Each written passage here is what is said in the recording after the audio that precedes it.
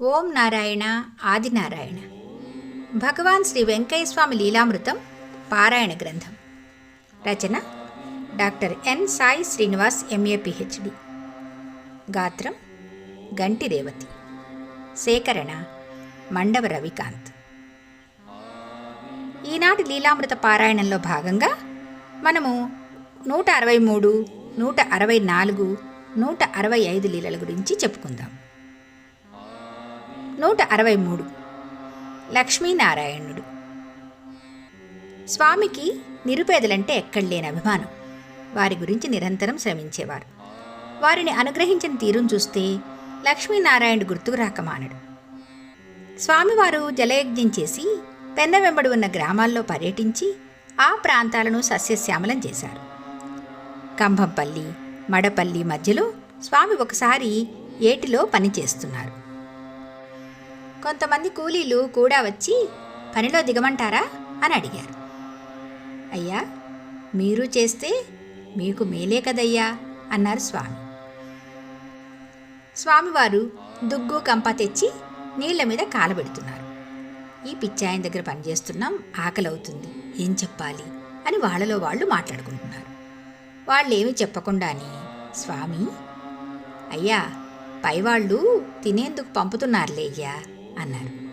మాటల్లోనే ఎవరో అన్నం కూరలు బుట్ట నిండా తీసుకొచ్చారు. రండి స్వామి, తిందాం అని స్వామిని పిలిస్తే, ముందు మీరు తినండి, తర్వాత నేను తింటాను అన్నారు స్వామి. అందరూ తిన్న తర్వాత స్వామివారు తిన్నారు. సాయంత్రం అయింది. కూలీ డబ్బుల ప్రస్తావన వచ్చింది. అప్పుడు స్వామి, అయ్యా, మీరు ఎవరికి వారు తోడుకోండయ్యా, మీ డబ్బులు అక్కడే ఉన్నాయి అన్నారు. వాళ్ళు ఆ ఇసుకలో వెతుక్కుంటూ ఉన్నారు. ఆశ్చర్యంగా వాళ్ళకి వెండి నాణేలు దొరికాయి.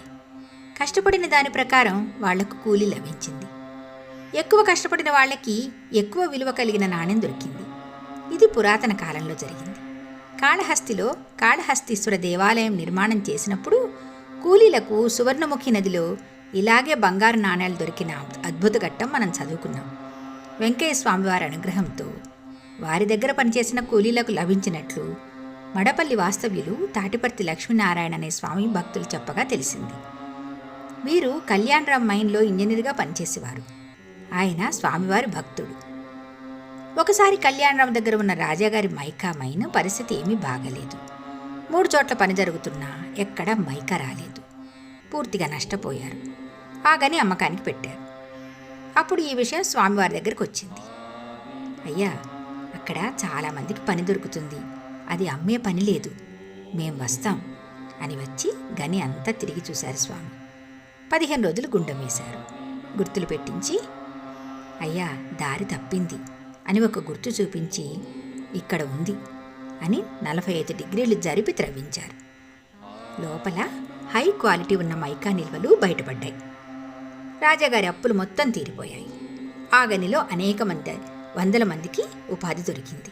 స్వామివారి అనుగ్రహంతో అందరూ సంతోషంగా జీవించారు. సమయానికి వచ్చి రాజాగారికి ఆదాయం కల్పించారు. దాని మీద ఆధారపడి బ్రతుకుతున్న వందలాది శ్రామికుల ఉపాధిని కూడా కాపాడారు స్వామి. ఒకరోజు లక్ష్మీనారాయణ వెళ్ళి స్వామివారిని కలిశాడు. వారు పిలిచి 2 రూపాయలు ఇచ్చి, ఇది భద్రపరచుకో, నువ్వు చెల్లి పెళ్లి చేస్తావు, అక్కడికొస్తుంది అన్నారు స్వామి. అతను ఆ 2 రూపాయలు తీసుకుని వెళ్ళి పోస్టాఫీసులో అకౌంట్లో దాచాడు. అప్పటి నుంచి అతను క్రమేపీ 300 రూపాయల వరకు దాచగలిగాడు. ఆ డబ్బుతో చెల్లి పెళ్లి నిశ్చితార్థం జరిపించాడు. తర్వాత స్వామివారి ఆశీర్వాదంతో తనకు రావాల్సిన డబ్బులు కూడా అందాయి. స్వామివారు చెప్పినట్లుగా చెల్లి పెండ్లి, తమ్ముడు ఒడుగు, తమ్ముడి పెండ్లి ఘనంగా చేశాడు. స్వామివారు లక్ష్మీనారాయణతో, నువ్వు శివాలయం నిర్మాణం చేయాలయ్యా అన్నారు. అలాగే ఇతను ఒక శివాలయం జీర్ణోద్ధరణ చేశాడు. ప్రసన్నేశ్వరుడు, సర్వమంగళాదేవిల ఆలయం నిర్మించాడు. ఇదంతా కూడా స్వామివారి లీలా వినోదమే. 164వ లీల తులసమ్మ కాశీయాత్ర. స్వామివారి వద్ద సేవ చేసుకున్న ఆనాటి సేవకులలో తులసమ్మ ధన్యురాలు అని మనం చెప్పుకున్నాం కూడా. స్వామివారి వద్ద ఉండి ఎంతో నిస్వార్థంగా సేవ చేసుకున్న పుణ్యాత్మురాలామె. తన జీవితాన్ని స్వామివారి సేవకే అంకితం చేసి వచ్చిన భక్తులకు ఆకలి బాధ లేకుండా అందరికీ భోజనాలను వండి వడ్డించేది. ఈమె ఇంత అంకిత సేవకురాలిగా మారడానికి కారణం ఈమెకు జరిగిన అనుభవాలే. స్వామివారి దగ్గరకు వచ్చిన తర్వాత ఆమె ఆరోగ్యం కుదుటపడింది, ఎంతో మనశ్శాంతి లభించింది. ఒకరోజు ఈమెకు తెలిసిన భక్తులు కొందరు స్వామివారి దగ్గరకు వచ్చారు. మాటల మధ్యలో వాళ్ళు ఇంకా మరికొంతమందితో కలిసి కాశీ వెళ్తున్నాం రమ్మని తులసమ్మను పిలిచారు. తులసమ్మ స్వామివారి అనుమతి కోరింది. అమ్మా, వాళ్ళు ఎప్పుడు బయలుదేరేది అని అడిగారు స్వామి. రేపే స్వామి అంది ఆమె. అయితే ఆ విషయం రేపు చూద్దాం అన్నారు స్వామి. రేపు స్వామివారిని అడిగి వస్తా, మీరు వెళ్ళండి అని వాళ్ళని పంపించేసింది తులసమ్మ. మరునాడు ఉదయం స్వామివారిని మళ్ళీ అడిగింది. మళ్ళీ స్వామి ఎప్పుడు వాళ్ళు వెళ్ళేది అన్నారు. సాయంత్రం స్వామి అని సమాధానం చెప్పిందామె. అయితే సాయంత్రం స్నానం చేసిరా అన్నారు స్వామి. తులసమ్మ ప్రయాణానికి కావలసినవన్నీ సర్దుకొని స్నానం చేసి సాయంత్రం వచ్చింది. అమ్మా, ఆ చాప మీద పడుకోమ్మా, నేను నిన్ను పిలుస్తాను అన్నారు స్వామి. తులసమ్మ ఏదో తెలియని మైకం వచ్చినట్టుగా నిద్రలోకి జారుకుంది. తన స్నేహితులతో కలిసి రైలు ఎక్కింది. కాశీ వెళ్ళారు. గంగలో స్నానాలు చేసి విశ్వేశ్వర, విశాలాక్షి, అన్నపూర్ణ, కాలభైరవ దర్శనం చేసుకున్నారు. 60 ఘాట్లు పడవలో తిరిగారు. మళ్ళీ నెల్లూరు చేరుకున్నారు. వాళ్ళు తులసమ్మను గొలగమూడి బస్సు ఎక్కించారు. స్వామివారి దగ్గరకు వచ్చింది. స్వామివారు ధ్యానంలో ఉన్నారు. నాదం వాయిస్తూ ఉన్నారు. అప్పుడు మెలకు వచ్చింది తులసమ్మకు. జరిగింది కలయో నిజమో అర్థం కాలేదు. తాను ఆశ్రమంలో నుండి ఒక్క అడుగు కూడా బయటపెట్టలేదు.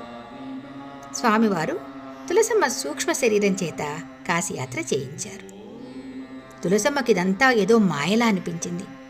ఒక్క క్షణం ఆలోచించింది. స్వామివారి దివ్యలీల అర్థమైంది. లేచి వచ్చి స్వామివారి పాదాలపై పడింది. తప్పైపోయింది స్వామి. సద్గురువు పాదాలు సర్వపుణ్యక్షేత్రాలు.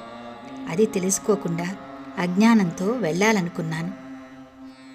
ఇంకెప్పుడూ మీ పాదాలు విడిచి వెళ్ళను అని క్షమాపణ కోరుకుంది. అప్పటి నుంచి స్వామివారి ఎడల అత్యంత భక్తి శ్రద్ధలతో నిత్యం వారిని ఆరాధిస్తూ వారి సేవలోనే తరించింది తులసమ్మ.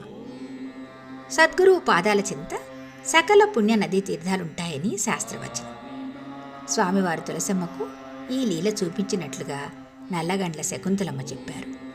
తన తండ్రి రమణయ్యకు తులసమ్మ స్వయంగా చెప్పిన విషయం విని శకుంతల తమ అనుభవం మనతో పంచుకున్నారు.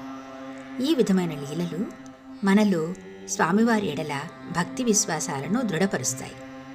పరమ పవిత్రమైన భగవాన్ వెంకయ్య స్వామి భక్తులం కావడం నిజంగా మన పూర్వజన్మ సుకృతమే. 165వ లీల. దెయ్యం పని పట్టారు. స్వామివారిని విశ్వసించే కుటుంబాలకు వారితో ఎంతో అనుబంధం ఉండేది. వారిని అడగకుండా ఆ కుటుంబాల వారు ఏ పని చేయరు. ప్రతి చిన్న విషయం ఉన్నా స్వామివారి దగ్గరకు వచ్చి అడగాలని అనుకుంటారు. అన్నీ స్వామివారు చెప్పినట్లుగానే జరిగేవి. నల్లగండ్ల శకుంతలమ్మకు 2 ఆడపిల్లలు పుట్టిన తర్వాత మళ్ళీ గర్భవతి అయిన సమయంలో స్వామి దగ్గరకు వాళ్ళ అమ్మతో కలిసి వచ్చి ఎవరు పుడతారు అని వివరం అడిగితే, అమ్మా, ఈ తడవ కూడా అమ్మాయి కదూ అన్నారు. స్వామి, మగబిడ్డ అసలు పుట్టే యోగం ఉందా అని అడిగింది. ఉందమ్మా, ఈ అమ్మాయి తర్వాత అబ్బాయి పుడతాడు అని చెప్పారు స్వామి. అలాగే జరిగింది. శకుంతలమ్మ మావయ్య నల్లగండ్ల వీరాస్వామి పక్షవాతం జబ్బుతో మంచాన పడ్డాడు. ఈమెను చాలా అభిమానంగా చూసుకుంటాడు అతను.